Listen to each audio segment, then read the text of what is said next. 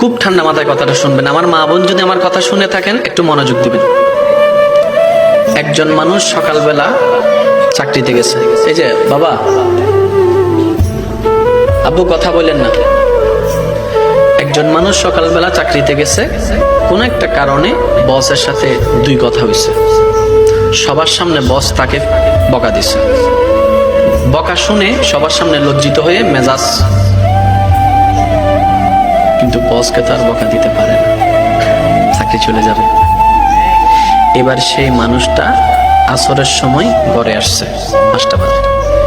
আসার পরে সামনে রুমে বসছে।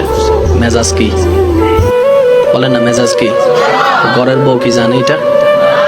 ওখানে কি হয়েছে এটা তো বউ জানে না। এবার যখন বউকে বলছে একটু পানি দাও, পানি আনছে ঠিকই, এখন ওই যে মেজাজ গরম, কেমনে মেজাজটাকে ঠান্ডা করবে, রক কেমনে দেখাবে, বসকে তো দেখাইতে পারে নাই। এবার শুরু করছে, হে পানি আনতে এতক্ষণ লাগে। বউ বলে যে পানি আনতে 5 সেকেন্ড তো হয় না, এখন বলছেন মাত্র। এবার যখন বউ বলছে মাত্র আনতেছি, আমি আনতেছি, এই তোরে তালাক দিয়ে দিব, এমন দিয়ে দিব। বউ কই কি রে? এবার পানিটা যখন নিছে, ওই যে মেজাজ সকালবেলা 10টার মেজাজ দিছে আসার। এবার সেই বউটা ঘরের ভিতরে যাইয়া বাচ্চাটা খেলতেছে, একটু কান্না করছে। এবার মা দিছে বাচ্চারে। শুরু কোথায় শেষ কোথায়?